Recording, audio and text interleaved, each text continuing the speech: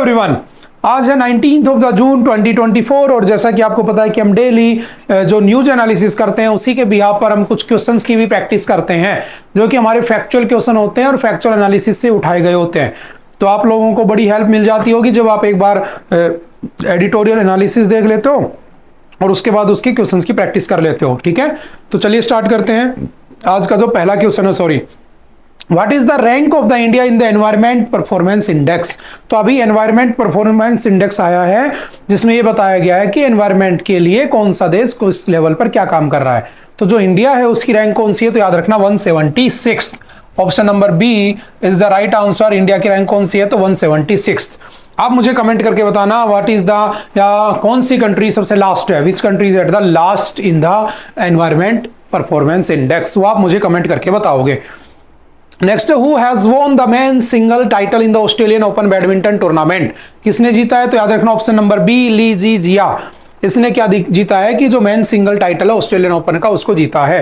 देखो इसको आज इसका रिजल्ट आया, जीता उसने तो हमने पढ़ लिया। अदरवाइज जो स्पोर्ट्स की न्यूज होती है, जो आपकी इंपॉर्टेंट बुक्स ऑथर्स की न्यूज होती है, हम उनको क्या करते हैं लास्ट में बूट कैंप के अंदर पढ़ लेते हैं। ठीक है, तो आप लोग वो भी आप ज्वाइन कर सकते हो। आप एग्जाम से पहले जो 7 डेज का अपना बूट कैंप होता है उसको भी ज्वाइन कर सकते हो, जिसमें हम पूरे ईयर की करंट अफेयर्स को पढ़ते हैं और लास्ट के 2 दिन हम क्या पढ़ते हैं, जो मिसलेनियस चीजें होती हैं उनको पढ़ लेते हैं।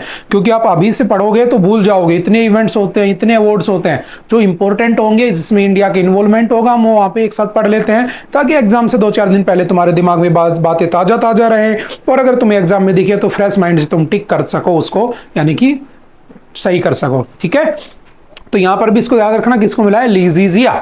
नेक्स्ट है who deployed the MI-17 helicopter to control forest fire in the Binsar wildlife लाइफ सेंचुरी। देखो बिनसार वाइल्ड लाइफ सेंचुरी कहां पे है, तो उत्तराखंड के अंदर बनी हुई है, आपके अल्मोड़ा डिस्ट्रिक्ट के अंदर। और इसमें क्या हो गया, आग लग गई, और आग लग गई तो हम इंडियन एयरफोर्स ने, option number D is the right answer, Indian air force ने अपना MI-17 हेलीकॉप्टर भेजा वहां पर उसको बुझाने के लिए।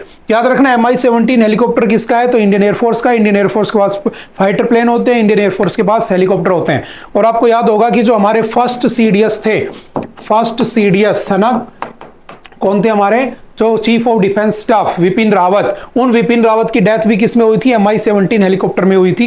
उसमें हेलीकॉप्टर क्रैश हो गया था। तो उस टाइम पर भी हेलीकॉप्टर के बारे में बहुत से एग्जाम में क्वेश्चन पूछा गया था कि विपिन रावत की कौन से हेलीकॉप्टर में डेथ हुई, विपिन रावत कौन थे, फर्स्ट जनरल कौन, CDS कौन थे, तो ऐसे। ठीक है, तो सेम वही हेलीकॉप्टर है, तो मैंने थोड़ा सा इसके पहले की कहानी आपको बता दी है। ठीक है, और इसका राइट आंसर कौन सा होगा, इंडियन एयरफोर्स, क्योंकि अभी क्या हुआ उसके अंदर बिनसार वाइल्ड लाइफ सेंचुरी में आग लग गई। और ये कहां पे है, तो आपके उत्तराखंड में, आपके कौन से, तो आपके अल्मोड़ा डिस्ट्रिक्ट में। नेक्स्ट कौन सा है, who is the first bowler to bowl all 4 maiden overs in the T20 world cup. देखो इस बार आपने देखा T20 वर्ल्ड कप चल रहा है कहां पे, तो आपके अमेरिका के अंदर है ना, वेस्ट इंडीज और USA। आपने देखा कि उसके अंदर पहली बार ऐसा हुआ है कि किसी बॉलर ने वर्ल्ड कप के अंदर 4 के 4 ओवर मेडन डाल दिए। बहुत अच्छा क्वेश्चन बनेगा आपसे एग्जाम में, जब वो रोहित शर्मा से है ना, हमारे विराट कोहली से, इनसे एग्जाम में क्वेश्चन पूछा हुआ है उसने, तो आपसे पूछ सकता है कि कौन सा प्लेयर है जिसने वर्ल्ड कप के अंदर चारों की चारों मेडन ओवर डालकर एक अवार्ड, एक कह सकता हूं कि एक हिस्ट्री क्रिएट कर दी अपने आप में। तो कौन है, लोकी फर्गूसन।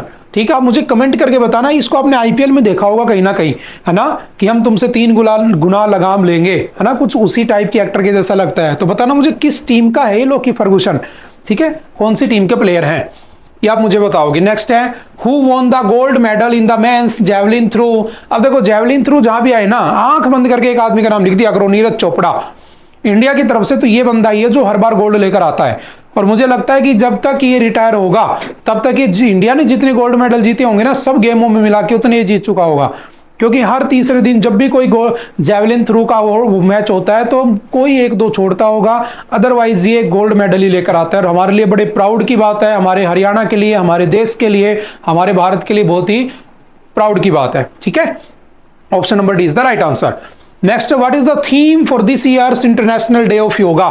तो क्या है इंटरनेशनल डे ऑफ योगा, तो उस दिन हम योगा को प्रमोट करते हैं, 21 ऑफ द जून को बनाते हैं, समर सोलेस्टाइस होता है, सबसे बड़ा दिन होता है नॉर्दर्न हेमिस्फेयर में। और इस बार की उसकी थीम क्या रखी गई है, तो याद रखना उसकी थीम है yoga for self and the society.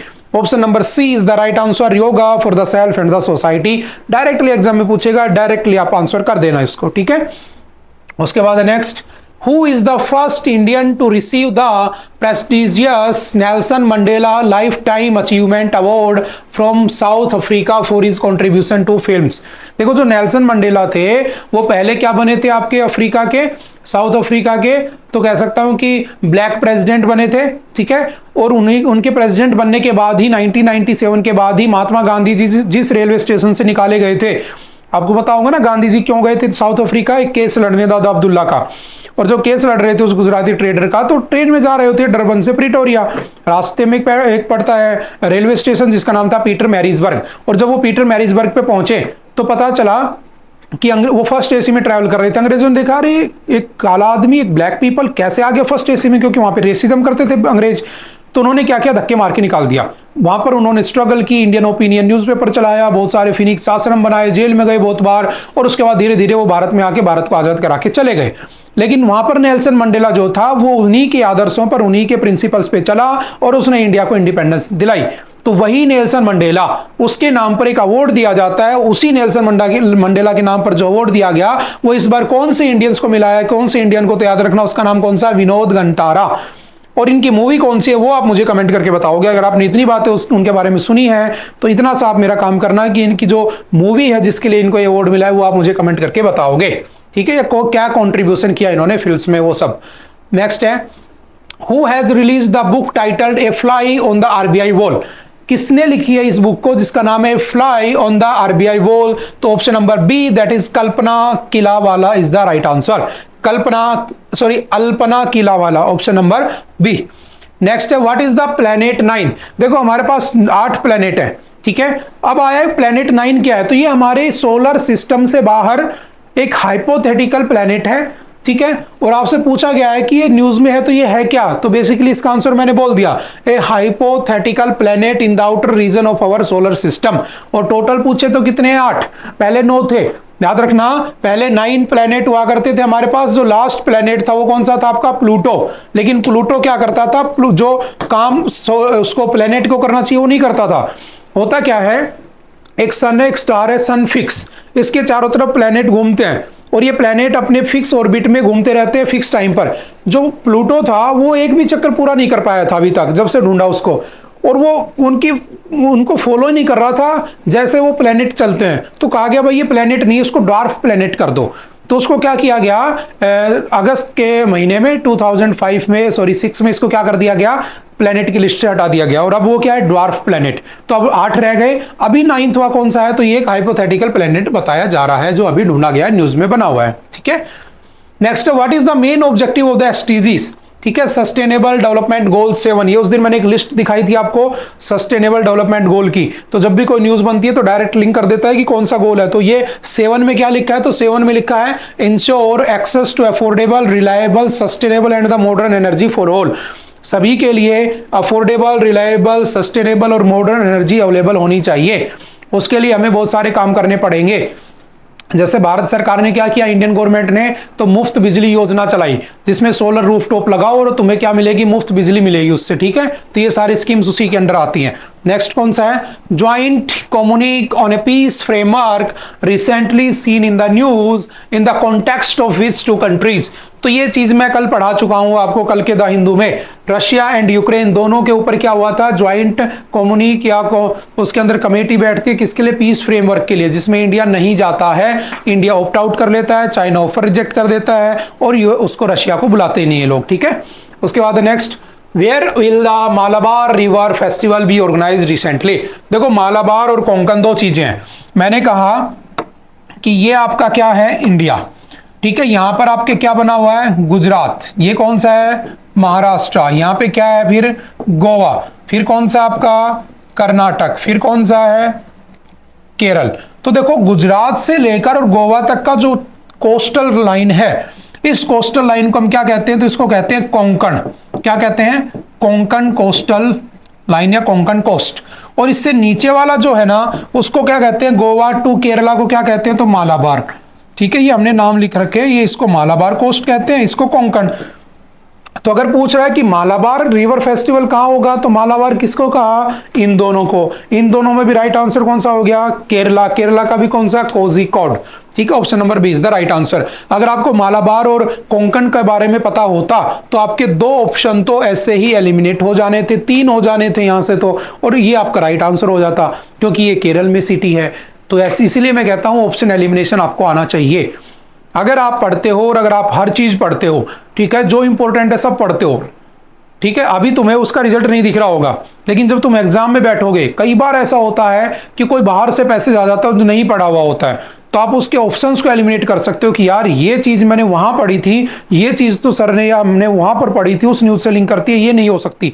अच्छा, ये तो इस रिवर की बात कर रहा है, ये तो साउथ इंडिया में फ्लो करती है, ये तो ये नॉर्थ इंडिया का स्टेट है, ये तो हटा दो, ये तो हटा दो। तो क्या होता है, एक ऑप्शन एलिमिनेशन आ जाता है तुम्हें, और उसके बाद तुम्हारे सामने बिल्कुल इजी टास्क रहता है उस क्वेश्चन को करना, और ऐसे करके भी तुम 2 से 4 नंबर बढ़ा सकते हो, जो आपके बहुत ही ज्यादा, मैं कह सकता हूं कि इंपॉर्टेंट रहेंगे लास्ट एग्जाम में। समझ रहे हो, इसीलिए जितना पढ़ाया जाए उतना पढ़ना है, ठीक है, और लास्ट में आप ऑप्शन एलिमिनेशन सीखना है। ठीक है, ये टारगेट रहता है हमारा। नेक्स्ट कौन सा है, क्योंकि बिल्कुल तो मैं भी नहीं कह सकता कि भाई यही क्वेश्चन एग्जाम में आएगा, लेकिन हाँ ये है, इतना पढ़ लोगे तो कर लोगे, नहीं भी होगा तो एलिमिनेशन कर लोगे। ठीक है, और बहुत से बच्चे करते भी, हर साल होता है। Next, what is the height of the world's highest railway bridge. तो ये हमने आज ही के एडिटोरियल में पढ़ा था। सबसे हाईएस्ट ब्रिज कौन सा है, चेनाब ब्रिज, चेनाब रिवर के ऊपर। ठीक है, क्या हाइट है उसकी, 359 मीटर हाइट है। ठीक है, ये आपके आईफल टावर से भी 24 to 25 मीटर ऊंचा है। नेक्स्ट है, when was the belt and the road initiative started by China. ये भी हमने आज ही एडिटोरियल में डिस्कस किया था, आप उसको रेफर कर सकते हो। One belt one road initiative, ठीक है, किसने स्टार्ट किया, चाइना ने।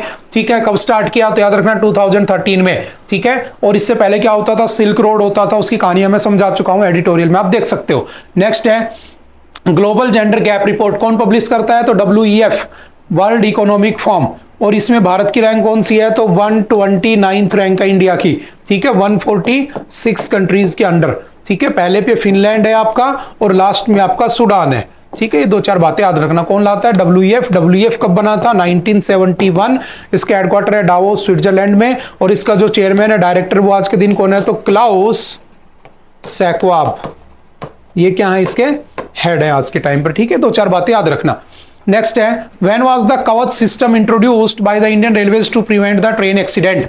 ट्रेन एक्सीडेंट को प्रिवेंट करने के लिए एडास सिस्टम जो आता है गाड़ियों में, सेम वैसे ही जो आपका कवच सिस्टम है वो किसने स्टार्ट किया होता है, रेलवेज ने। कब, 2016 में। लेकिन अभी तक ये इसका ट्रायल ही चल रहा है, इस वजह से अभी भी एक्सीडेंट देखने को मिलते हैं।